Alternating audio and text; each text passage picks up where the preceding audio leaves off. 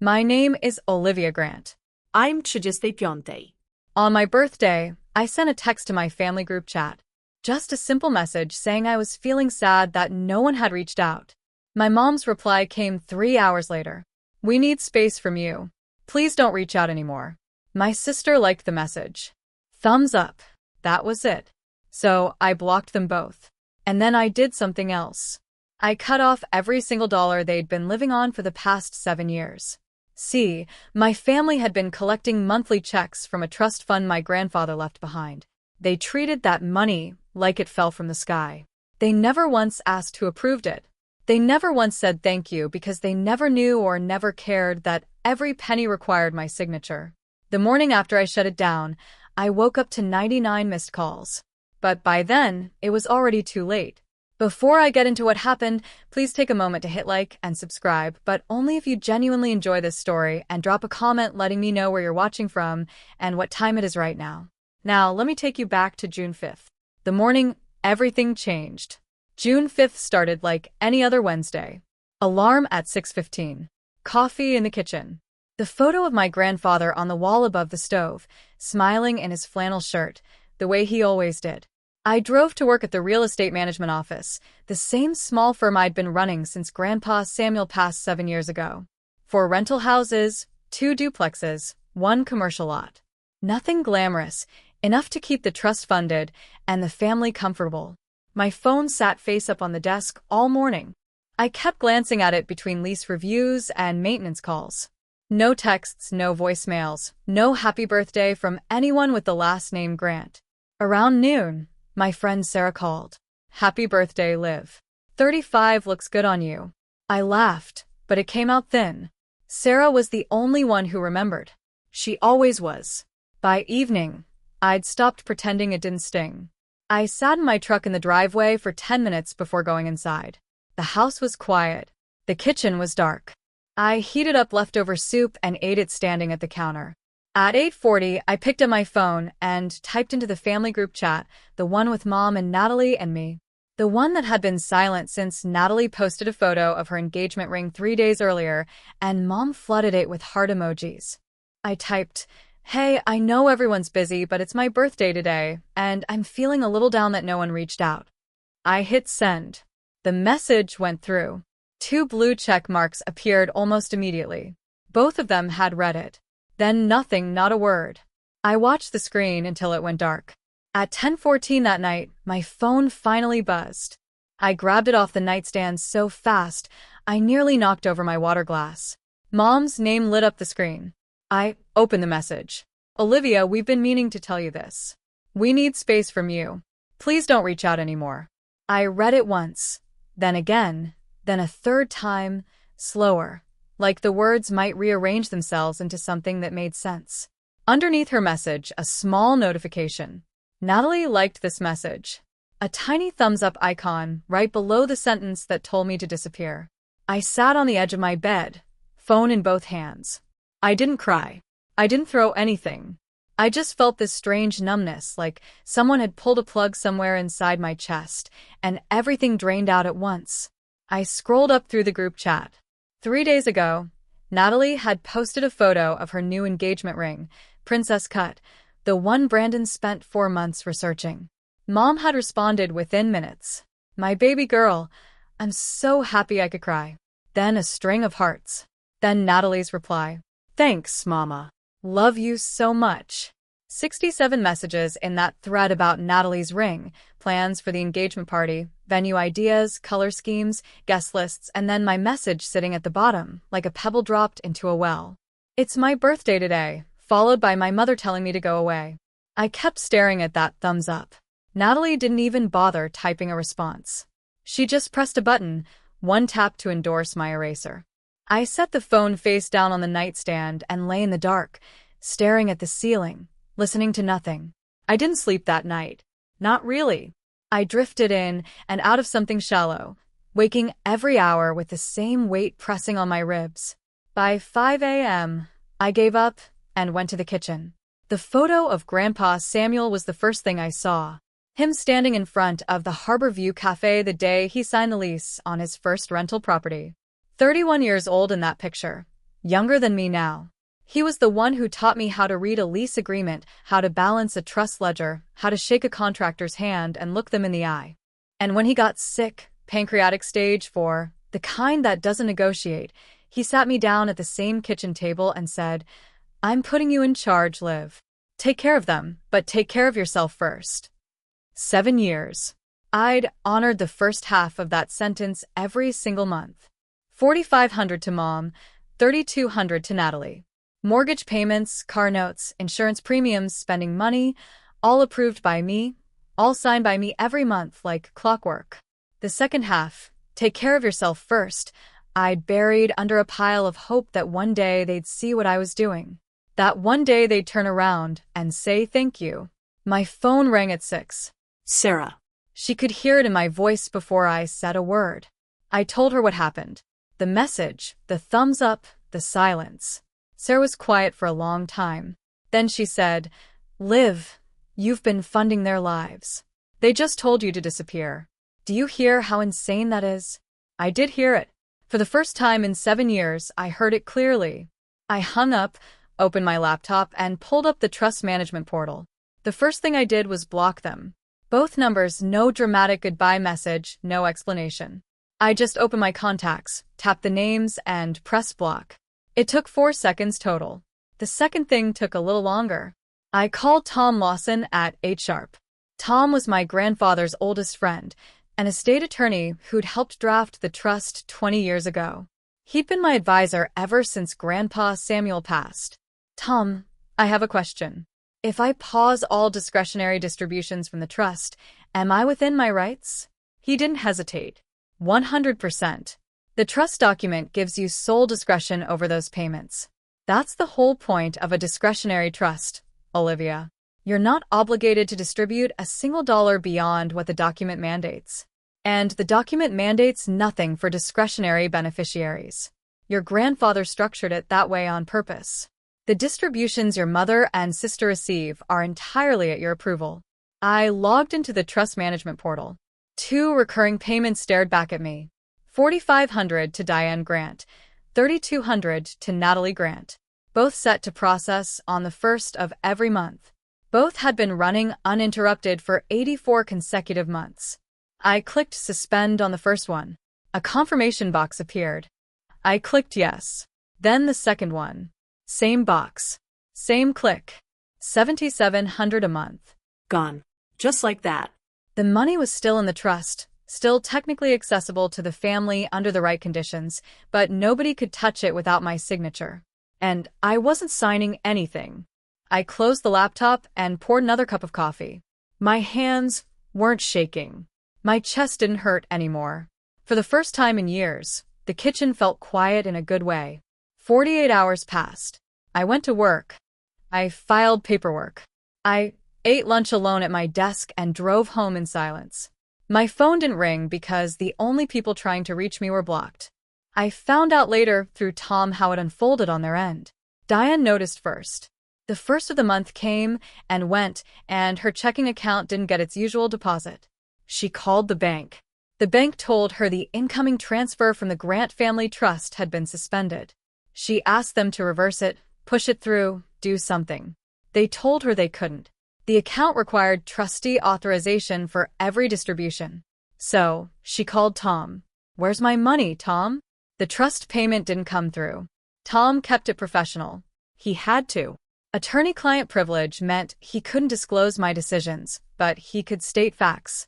All discretionary distributions require the trustee's written approval, Diane. That's always been the case. But it's always been automatic. It was never automatic. Someone approved it every single month. Silence on the line. What do you mean someone approved it? It just comes in. Diane, I'm not at liberty to discuss the trustee's decisions, but I can tell you that the trust document has always required authorization for every disbursement, every single one for the past 7 years. That was the moment it landed. 7 years of monthly deposits, 7 years of mortgage payments and car notes and shopping sprees and spa weekends. All of it flowing from an account that someone had to unlock by hand, month after month. And that someone was the daughter she'd just told to disappear. Here's the thing about cutting someone off. It's not just about the money. It's about what the money was holding together. I knew what would happen if I kept the trust frozen. Mom's mortgage, $2,100 a month, had been covered by the trust since Grandpa died. Without it, she had maybe 6 weeks of savings before the bank started calling. Natalie's apartment, her car payment, her credit card minimums, all subsidized. Without the trust, she'd be underwater by the end of July. And Natalie's engagement party, booked 3 months ago at the Harborview Cafe under the trust account, was 3 weeks out. The venue expected a final payment of $6,200. Nobody had put a personal card down. Nobody had a backup plan because nobody ever imagined the money would stop. I sat with that for a while, the weight of it. I'm not going to pretend I didn't feel it. These were my people, my mother, my sister, however broken things were between us. I'd spent 7 years trying to hold this family together with the only tool I had. And part of me, the part that still remembered being 12 years old and wanting Mom to say she was proud of me, that part whispered, just turn it back on. Just let it go. They didn't mean it, but they did mean it. We've been meaning to tell you this. Those were her exact words. This wasn't a bad night or a burst of anger.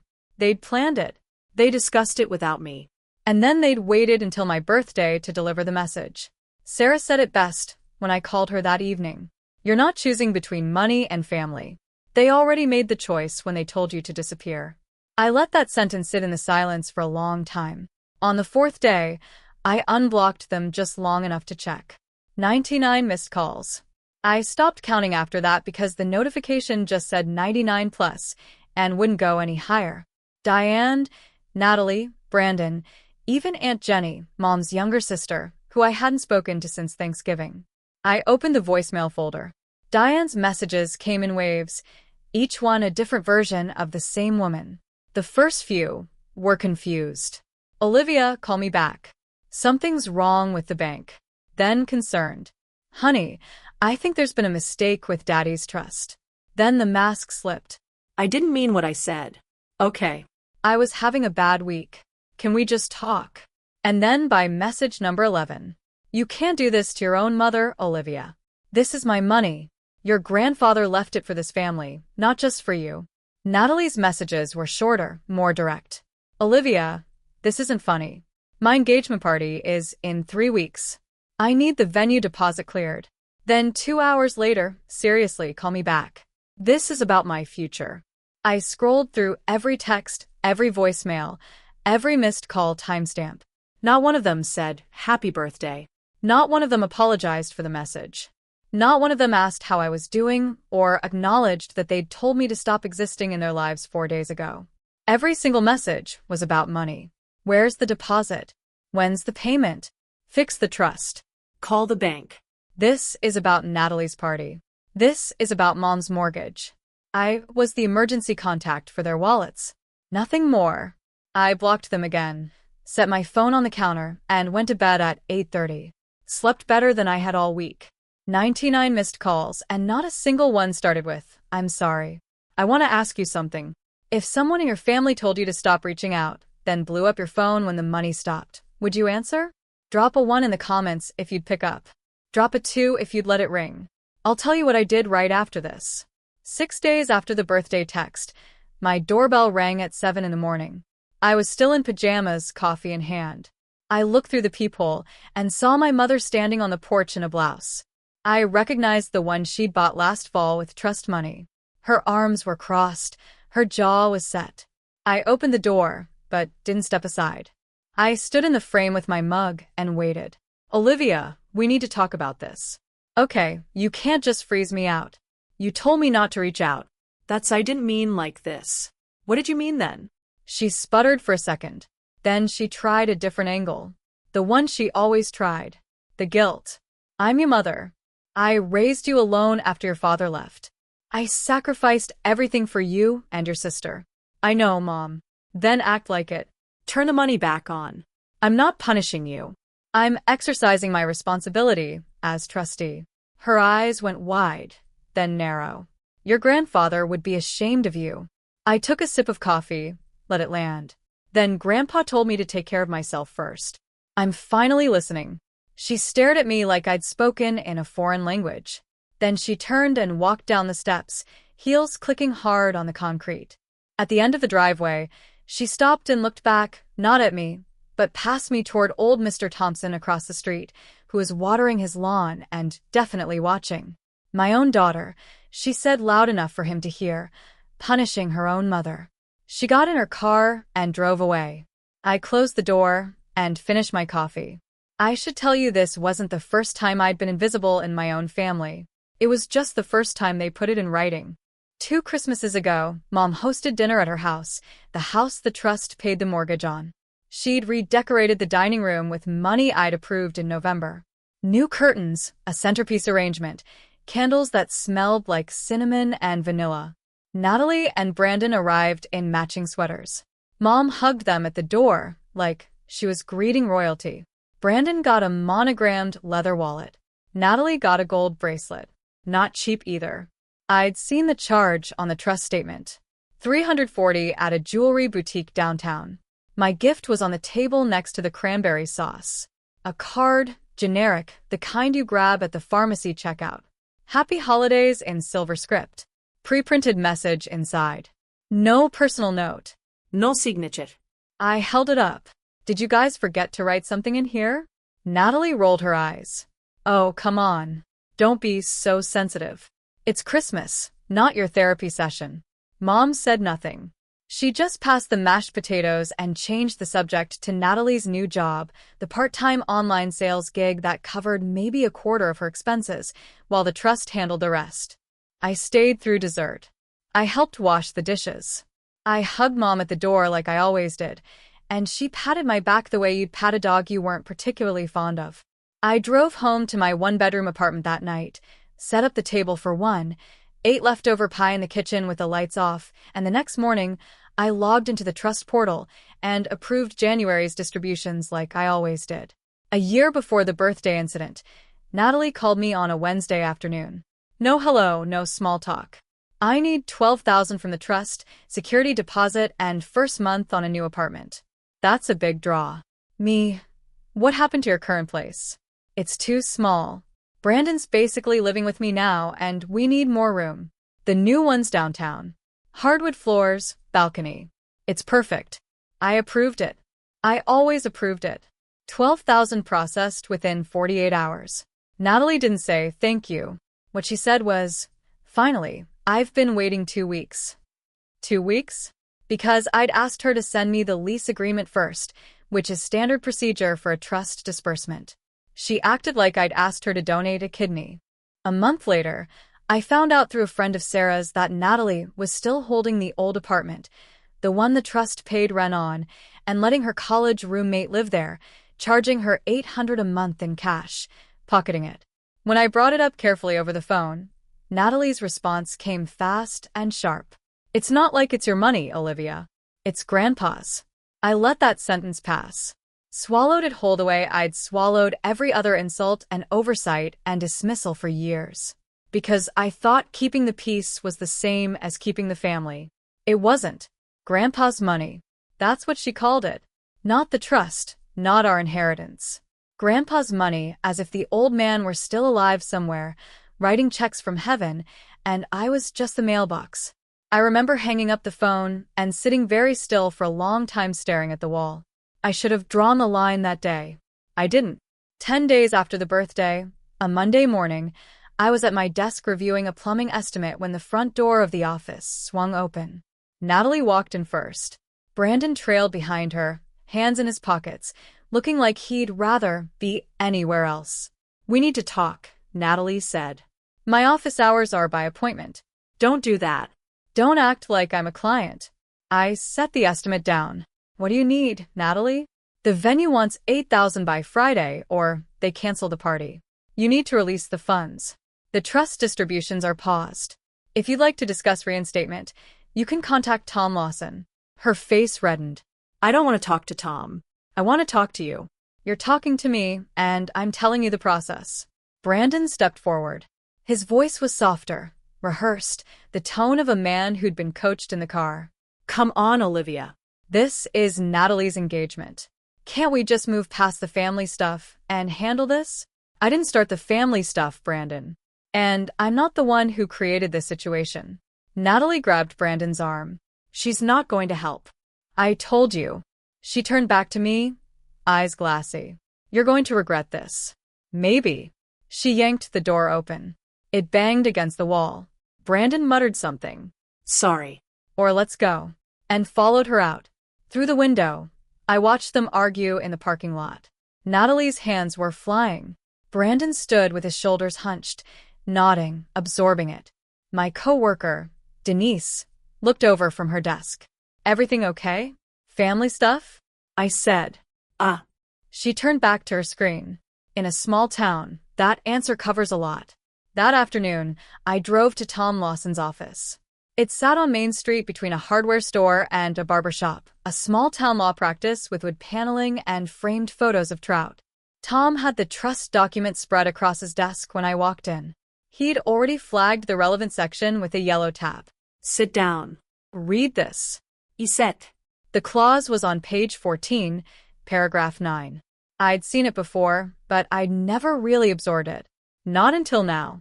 The successor trustee may at their sole discretion modify, reduce, or suspend any discretionary distribution to any beneficiary for any reason the trustee deems appropriate without prior notice or court approval. I looked up. He wrote that in from the beginning. Tom leaned back. Your grandfather wasn't naive, Olivia. He watched how your mother handled money for 30 years. He loved her, but he didn't trust her with it. That's why he picked you. If they try to challenge this in court, they'd lose. Discretionary means discretionary. I've seen cases where beneficiaries tried to force distributions. It almost never works. No judge is going to override a trustee who's acting within clearly documented authority. He pulled his glasses off and rubbed his eyes. You know, Samuel and I talked about this exact scenario. Not the birthday part, but the possibility that your mother would push you too far, and you'd have to make a call. He told me once, and I remember it clearly. Tom, when Olivia finally stands up, make sure she knows she's on solid ground. I didn't say anything for a minute. I just looked at that clause. Page 14, paragraph 9. Solid ground. I folded the document and slid it into my bag. That evening, I was clearing out old emails, a mindless task I'd been putting off for months, when I found it. 5 years old, sent from Mom's personal account. Subject line retrust question. I'd asked her back then whether she wanted me to send a summary of the trust distributions to the family so everyone understood how the money worked. Her response was 4 lines long. I read them 3 times. Olivia, please don't tell anyone you manage the trust. People will think I can't take care of my own family. Just keep the money coming and let me handle the rest. I sat at my kitchen table and stared at those words. 5 years ago, I'd read this email and thought my mother was embarrassed, maybe a little proud in her own way about needing help. I'd honored her request because I thought I was being kind. I thought I was protecting her dignity. Now I understood what it really was. She didn't want people to know I existed in the financial picture because she wanted the credit. She wanted the neighbors to think she was the self-sufficient widow who'd pulled it together after Dad left. She wanted the church ladies to admire her resilience. She wanted Natalie to believe the money was simply what Grandpa left us, a birthright, not a gift that someone approved every 30 days. She'd asked me to be invisible, and I'd agreed. I forwarded the email to my own backup account and saved a screenshot to a folder on my desktop. I didn't know yet how it would matter. I just knew that words like those don't stay buried forever. Some things have a way of surfacing at exactly the wrong time for the person who wrote them. The following Saturday, Sarah showed up at my door with a sheet cake from the bakery on 5th, 2 bottles of cheap wine, and 3 friends I hadn't seen since college. We're celebrating, she announced. Late birthday, non-negotiable. We ate cake on the living room floor because my dining table only seats 2. Sarah's friend Josie brought candles shaped like the number 35. Heather brought a card that everyone had signed with actual messages written inside. Funny ones, kind ones. One that made me tear up. You deserve people who remember. Sarah's gift was in a brown paper bag. I opened it and went still. It was a framed photograph. The one I thought I'd lost years ago. Grandpa Samuel and me, standing in front of the Harborview Cafe when I was 9. He's got his hand on my shoulder. I'm holding a fishing rod that's taller than I am, grinning like I just caught the whole ocean. Where did you find this? Your grandpa gave me a copy years ago. He told me to hang on to it. Said you'd need it someday. I cried. For the first time since the birthday text, I actually cried. Not from sadness, but from something warmer. The feeling of being known by people who chose to know me. Sarah raised her glass.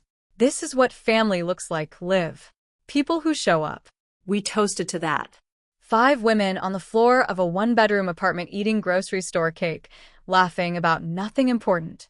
That same night, Natalie posted an Instagram story, a mirror selfie in a white dress, trying on outfits for her engagement party.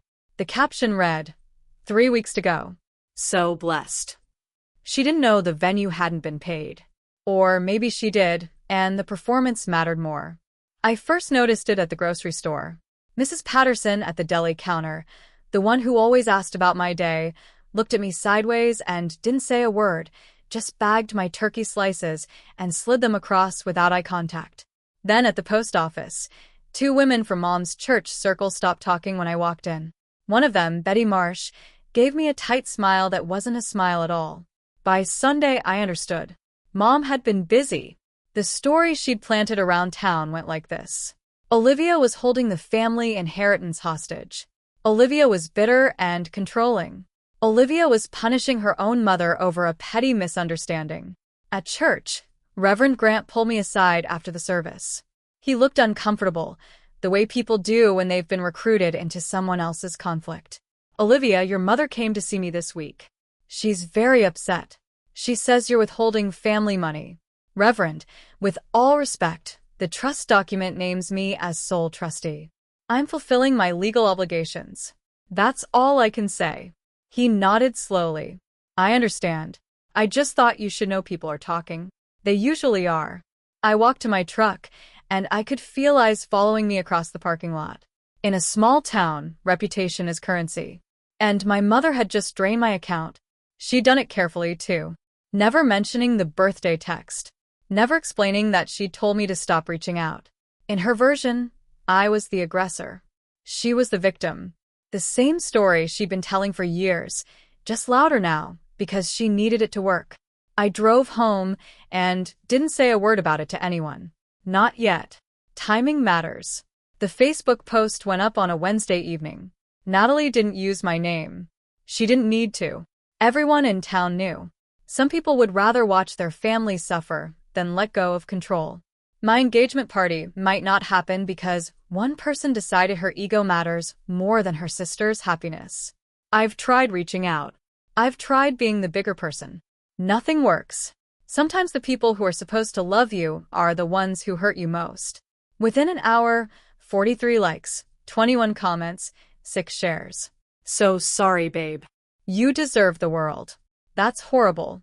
Families should lift each other up. Praying for you and Brandon. Some people really do change when money gets involved. Sarah screenshotted the whole thing and sent it to me. I read every comment. Then I closed my phone and made dinner. I called Tom that night. They're making public accusations. Does this change anything legally? Not for the trust. Your authority is documented and ironclad. But socially, it could get uncomfortable. He paused. That said, Olivia, if you ever need it, that post establishes a pattern. Public defamation by a beneficiary against her own trustee. It's not nothing. I'm not suing my sister, Tom. I'm not suggesting you do. I'm saying save everything. I saved everything. Screenshots of the post, screenshots of the comments, the timestamps, the shares, the likes. I put them all in the same folder as Mom's email. The one that said, just keep the money coming. A digital filing cabinet of every time my family told me I didn't matter. Organized by date. It wasn't evidence for a courtroom. It was evidence for myself. Proof that I wasn't imagining things. Proof that I wasn't the monster they were building in public. The call came from a number I didn't recognize. I picked up out of habit. Real estate management means unknown numbers could be tenants with emergencies. Olivia, it's Brandon. I almost hung up, but something in his voice, quieter than usual, almost careful, made me stay. I'm calling from a friend's phone. Look, I know you're upset. I get it. They hurt you. But can we get past this for the engagement? Just release the party funds, and we can deal with the rest later. Brandon, getting past this means pretending my mother didn't tell me to disappear. She didn't mean it like she typed it. Natalie endorsed it. Those aren't accidents. He exhaled hard. I could hear the frustration building, the politeness thinning. Natalie's been crying every night, Olivia. Every night. If this party falls through, everyone's going to blame you. You understand that? The whole town's already talking. Everyone already blames me, Brandon. That's not new. So, you're just going to let it all burn? I didn't light the fire. Long silence. Then his voice dropped. Not softer, but harder. Colder. Fine. We're going to find a way to get that money. With or without you. The line went dead. I sat in the kitchen and played those last words back. With or without you. It wasn't a plea anymore. It was a threat. Vague, the kind people make when they don't actually have a plan but want you to worry that they do. I opened my phone and wrote a note to myself. Brandon called from unknown number, threatened to access trust funds without my authorization. June 27th. Then I locked my screen and went back to my evening. Whatever they were planning, the trust was airtight. Tom had made sure of that. They tried everything over the next week. Every angle, every door, every window. Diane called the trust company directly. First Regional Bank, which served as custodian of the trust assets. She spoke to 3 different people in the wealth management department. Each one told her the same thing. Only the named trustee can authorize distributions.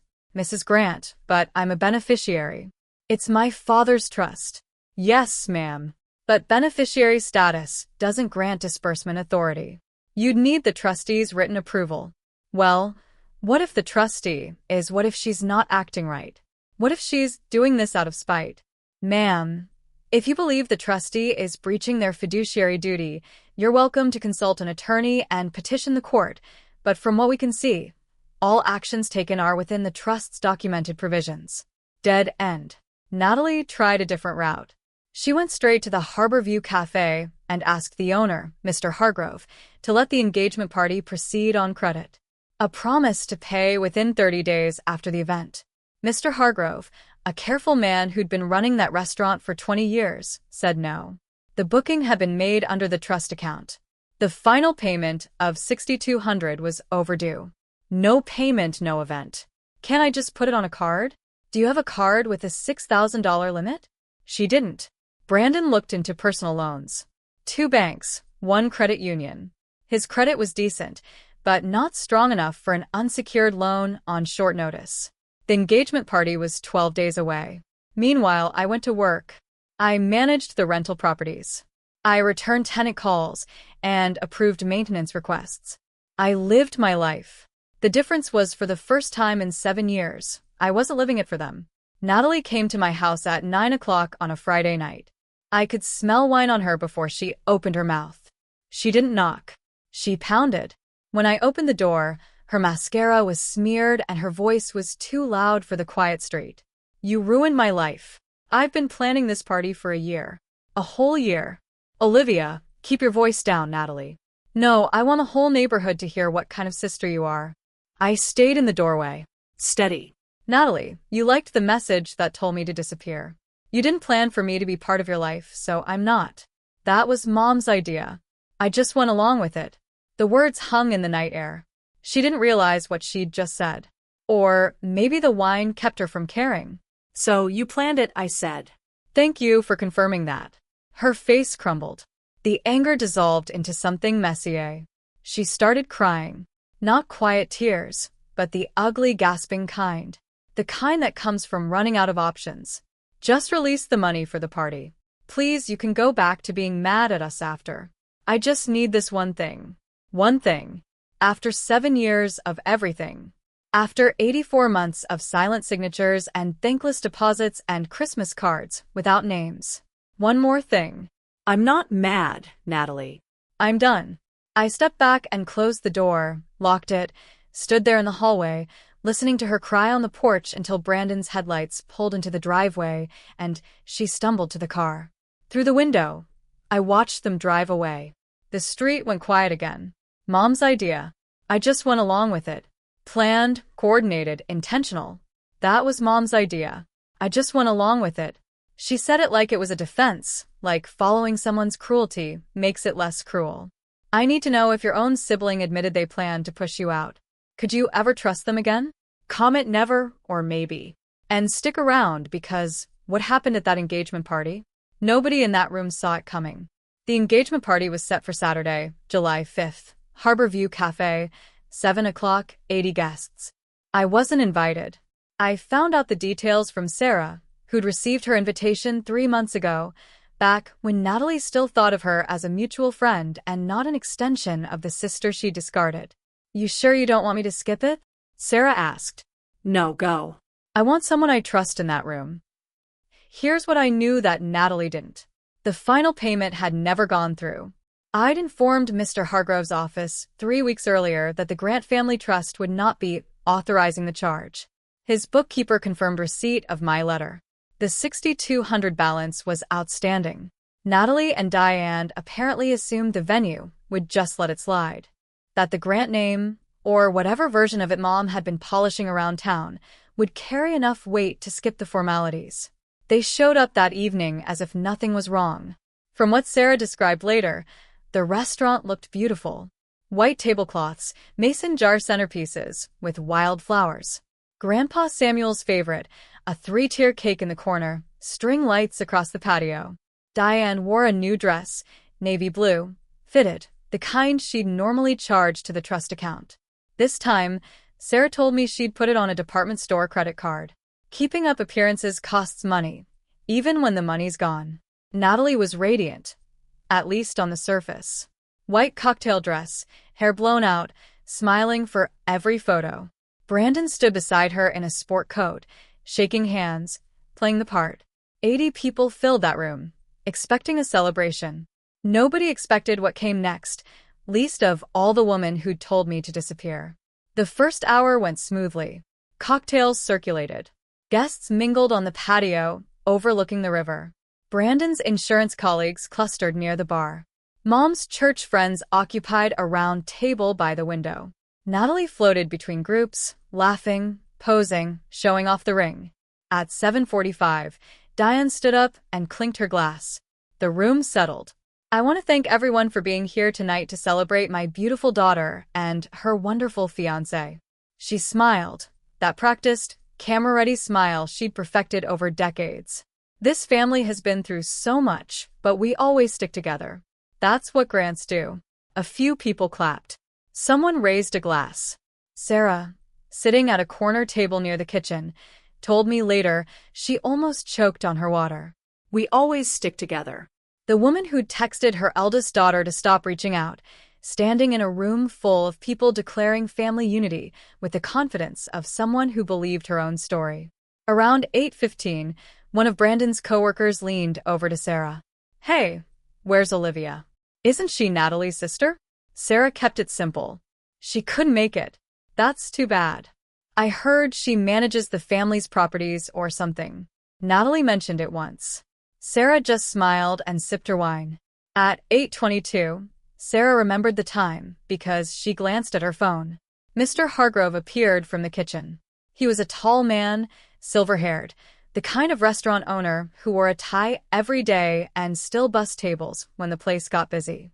He walked directly to Diane's table, leaned down, spoke quietly. Mrs. Grant, I'm sorry to interrupt. May I have a word with you in private? Diane's smile didn't waver. She touched her napkin and stood. They stepped through the kitchen doors. Diane and Mr. Hargrove, visible through the round window to anyone paying attention. Sarah was paying attention. She couldn't hear the words, but she could see the body language. Mr. Hargrove held a clipboard. Diane's arms crossed, then uncrossed, then crossed again. The conversation lasted maybe 3 minutes before Diane's posture changed completely.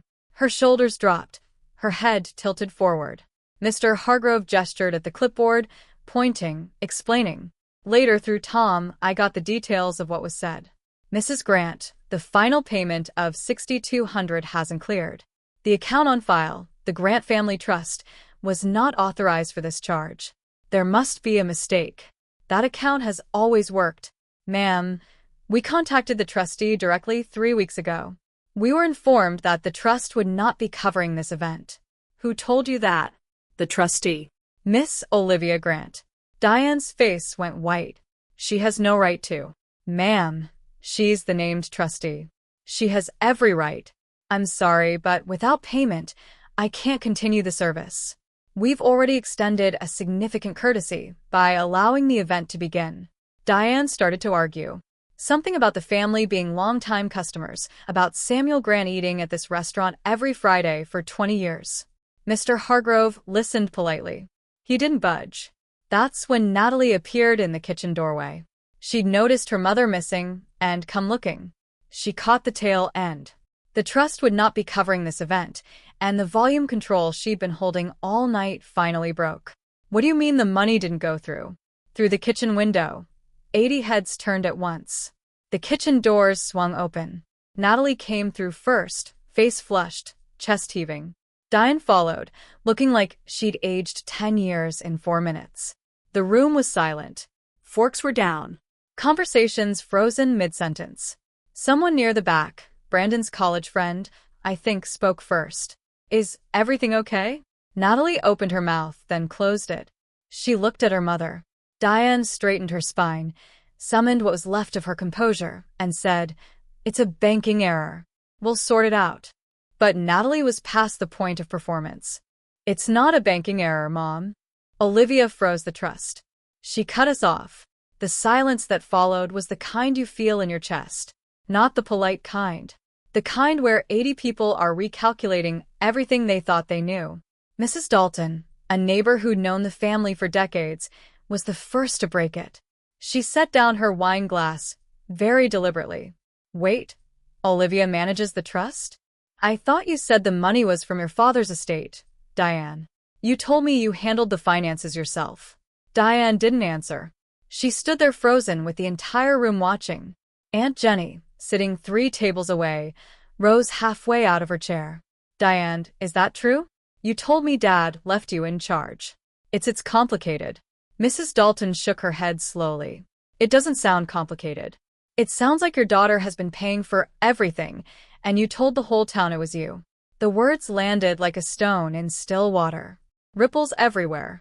80 pairs of eyes shifting between Diane and the empty chair at the family table. The chair that would have been mine. 7 years of fiction, undone in 30 seconds. Diane sat down, not at a table, just in the nearest chair, a spare by the wall, the one Mr. Hargrove usually kept for his hostess. She put her face in her hands. When she looked up, she wasn't apologetic. She was cornered. "She's punishing me," Diane said loud enough for the room. "My own daughter is punishing me because I asked for a little space. That's all I did. I asked for space, and she took everything." A few people shifted uncomfortably. Someone at the bar turned away. Natalie, still standing, pivoted towards Sarah, her eyes narrowed. Did you tell her about tonight? Did you help her set this up?" Sarah didn't flinch. "Olivia didn't set anything up, Natalie. She just stopped paying. You planned this party without checking if the money was there. That's on you. You don't know anything about I know your sister's been signing checks for this family since she was 20 years old. And I know the thank you she got was a text telling her to go away." Natalie stared. A few people at the nearby tables nodded without meaning to. Brandon appeared at Natalie's elbow. "We should go." "No." "Everyone needs to know my sister is a monster." But the room wasn't with her anymore. You could see it in the turned heads, the lowered eyes, the quiet gathering of purses and jackets. Mr. Hargrove's staff began clearing the buffet trays, half the food untouched. One by one, guests started leaving, handshakes with Brandon, quick hugs, whispered good lucks. That meant something different than they had an hour ago. Diane sat in her chair by the wall, watching the room empty. "Someone call Olivia," she said. "Tell her to fix this." Nobody picked up a phone. Sarah called me at 9:30 that night. I was on my couch with a book and a cup of tea. A chamomile, the kind Grandpa always drank. She told me everything. The kitchen, the announcement, Mrs. Dalton's question, Aunt Jenny's face. Natalie's outburst, the slow, awful emptying of the room. I listened without interrupting. I didn't want it to happen that way, I said when she finished. I know, but it happened because they built a house of cards with your money and your silence. You took back the silence. The house fell on its own. That night, I couldn't sleep again. But this time, it wasn't from grief. It was from clarity. The kind that keeps you awake because your mind is finally working instead of hiding. Monday morning, I was at Tom's office by 8. I want to restructure the distributions, I told him. Not eliminate them. Restructure. He nodded. What are you thinking? $1,200 a month to each beneficiary. Directly tied to documented expenses. Rent, utilities, groceries, receipts required for every disbursement. No lump sums, no discretionary spending, no more blank checks. Tom wrote it up that afternoon. Certified letters went out to both Diane and Natalie via registered mail. I also did one more thing. I opened my email, found the message Diane had sent me 5 years ago. Just keep the money coming and let me handle the rest. And forwarded it to her current address. I added one line underneath. You handled it. Here's the result. I didn't CC anyone. I didn't post it publicly. This wasn't about humiliation. It was about making sure she understood in writing that I remembered every word and that every word had weight. The certified letters arrived on a Tuesday. I know because Tom's office got the return receipts. Diane signed for hers at 9:07 a.m. Natalie signed at 11:15. Diane called Tom within the hour. Her voice, he told me later, oscillated between fury and panic. You can't do this. I'll sue. I'll take her to court. You're welcome to consult your own attorney, Diane. But I'll tell you what any estate lawyer in this state will say.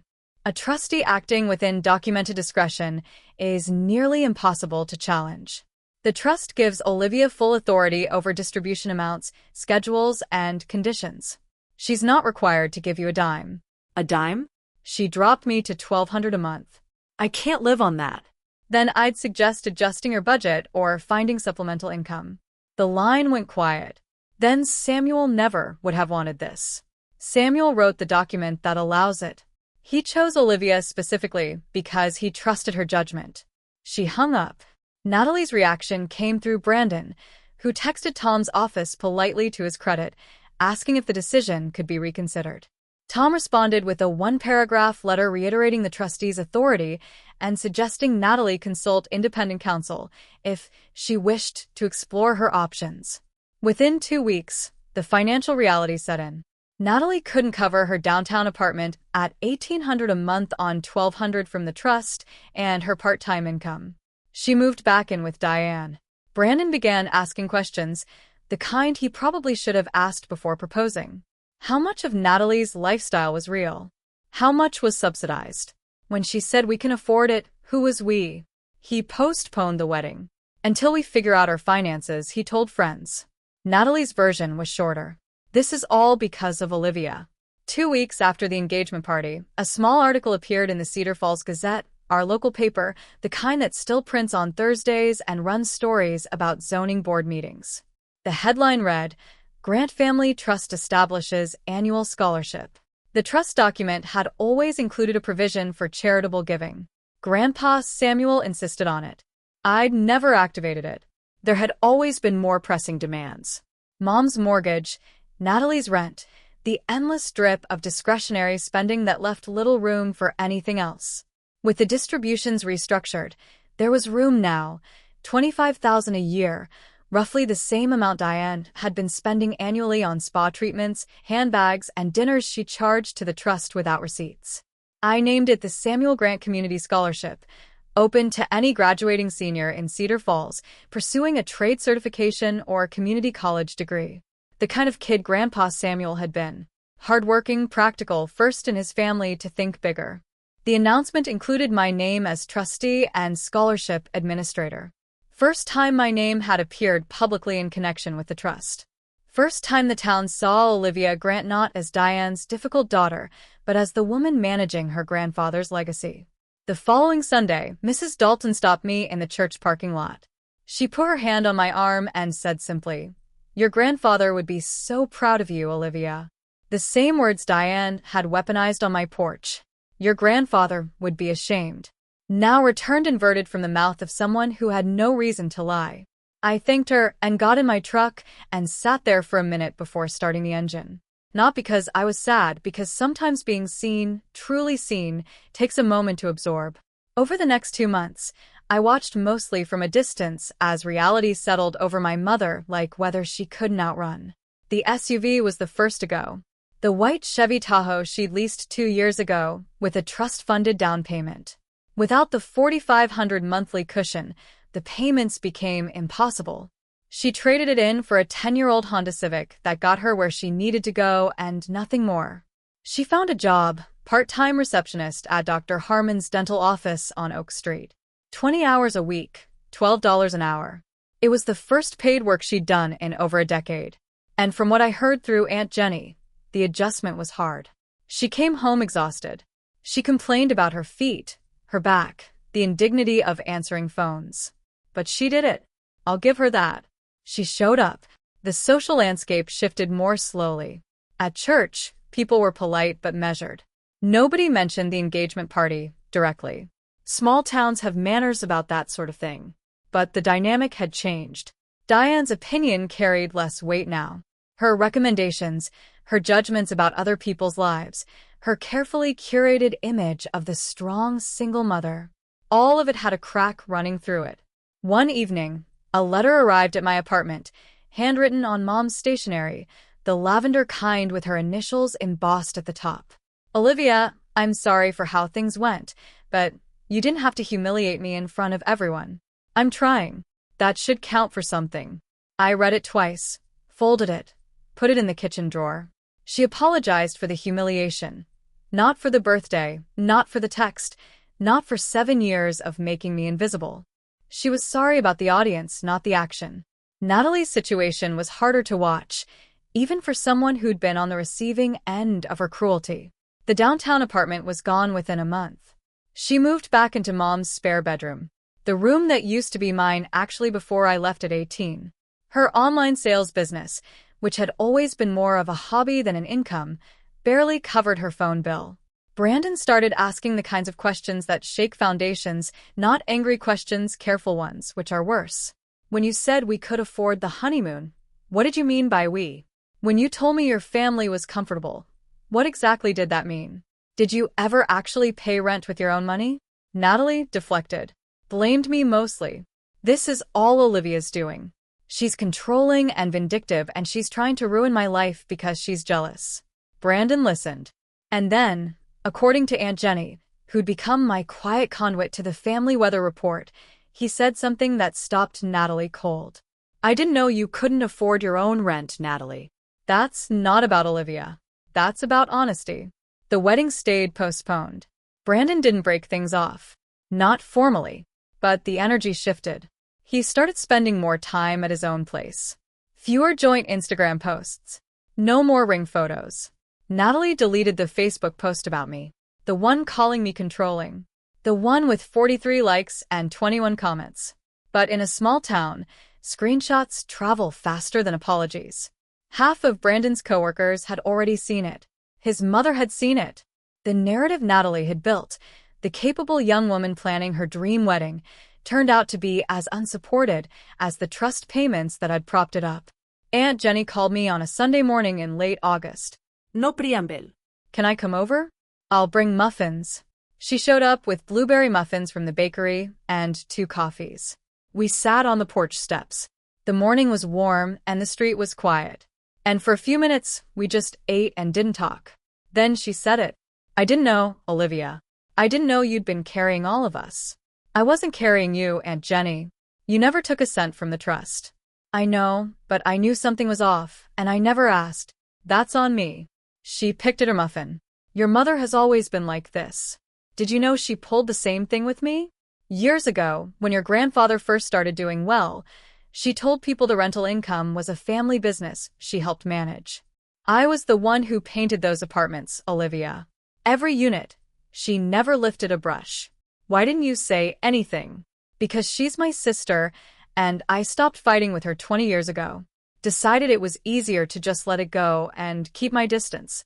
She looked at me sideways. I should have told you sooner. I should have warned you that this is what she does.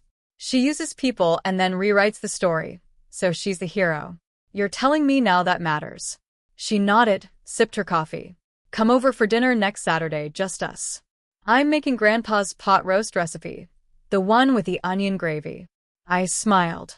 The first real one in weeks. I'd like that. She squeezed my hand once before she left. Firm and brief and real. Leaving a toxic family doesn't mean losing every branch. Sometimes you just have to find the ones that grew in healthier soil. 2 months after the engagement party, my phone rang while I was at Aunt Jenny's house. Jenny's number on the screen, but when I picked up, it wasn't Jenny's voice. Olivia, it's Mom. I almost hung up. My thumb hovered, but something in her tone, smaller than I'd ever heard it, kept me listening. I got a job, she said, at Dr. Harmon's office. I'm answering phones. It's not much, but I'm paying my own electric bill now. First time in a long time. I'm glad you're working, Mom. That's a good step. Silence then. Can we have coffee? Just us somewhere neutral. I won't bring Natalie. I won't make a scene. I just want to sit across from you and talk. I looked out Jenny's kitchen window. The sunset was doing that thing it does in late summer, burning orange through the trees, making everything look gentler than it is. Not yet. Okay. Her voice cracked just a little. When? Maybe someday. When sorry comes without, but you didn't have to. When you can say what you did without explaining why I deserved it. Long pause. I could hear her breathing. That's fair. Okay. She hung up. I set the phone on Jenny's counter and stared at it for a while. Jenny came in from the garden, saw my face, and didn't ask. She just put the kettle on. It would have been easy to say yes, to slide back into the old pattern, the forgiving daughter, the quiet provider, the one who smooths things over so everyone else can be comfortable. But comfort isn't the same as healing. And I'd spent enough years learning the difference. For months out, summer in full swing. The rental properties were in good shape. I'd repainted 2 units in August and replaced the HVAC in the commercial lot. The trust was healthy. The scholarship had its first 3 applicants. I started taking a financial planning course at the community college on Tuesday nights. 12 students, a retired CPA named Professor Daniels, and a textbook that weighed more than my cat. I liked it. I liked the precision of it. The way numbers don't lie or rearrange themselves to fit a narrative. Saturday dinners became a ritual. Sarah and Jenny, sometimes Josie or Heather, sometimes just me and whoever showed up. My apartment was small, but the table could squeeze, if we moved the bookshelf. Sarah brought wine. Jenny brought leftovers from the week. We talked about nothing important and everything that mattered. I hung 2 frames on the kitchen wall. The first, Grandpa Samuel and 9-year-old me at the Harbor View Cafe. The second, Sarah's photo from my belated birthday. 5 women on the floor, sheet cake, cheap wine, candles shaped like 35. Natalie hadn't reached out. Brandon and Natalie were still technically engaged, but nobody was planning anything. The ring stayed on her finger. The date stayed off the calendar. I thought about her sometimes, usually at night. Usually when it was quiet. I didn't feel victorious. I didn't feel righteous. I just felt clear. I wasn't responsible for Natalie's pain. The same way I wasn't responsible for Mom's mortgage or Natalie's lifestyle or the story they'd written about me in my absence. I was responsible for one thing, living a life I could respect. I'd spent 7 years being a foundation no one acknowledged. Now I was building something of my own. If you're still listening, I want to talk to you directly for a moment. If something in this story felt familiar, if you're the person who always gives but never gets remembered, who funds a party but isn't on the guest list, who keeps the lights on for people who don't notice when you leave the room, I want you to hear this. Setting a boundary is not revenge. It's not cruelty. It's not selfishness. It's the moment you decide that your own dignity has a seat at the table, too. My mother thought space was a lever she could pull to keep me in line. She figured I'd panic, come crawling back, beg to be let in again. She didn't realize that I'd been the one holding the structure together. When I stepped away, the house didn't fall because I knocked it down. It fell because I was the only thing keeping it standing. I don't hate my family. That's important. Hate takes energy I'd rather spend elsewhere. I just love myself enough now to stop paying for people who can't be bothered to remember my birthday. Here's what I've learned. When someone tells you they need space from you, believe them, give them every inch of it, and then pay attention to what happens when they realize what they actually lost. It's never about the money. It was never about the trust or the distributions or the venue deposit. It was about being seen, about mattering, about the difference between being needed and being valued. I was needed for 7 years. Needed for my signature, my silence, my compliance. But I was never valued. Not until I forced them to look at the space I used to fill. Don't wait 7 years. That's my only advice. Don't wait as long as I did. It was a Thursday night in December, 8 months after my birthday, when my phone buzzed on the kitchen counter. I was on the porch, wrapped in a blanket, drinking coffee that had gone lukewarm. The kind of evening where the air smells like dried leaves and wood smoke, and the street sounds like it's breathing. I went inside and picked up the phone. Unknown number, a text. Happy birthday, sis. I know it's 8 months late. I'm sorry for all of it, Natalie.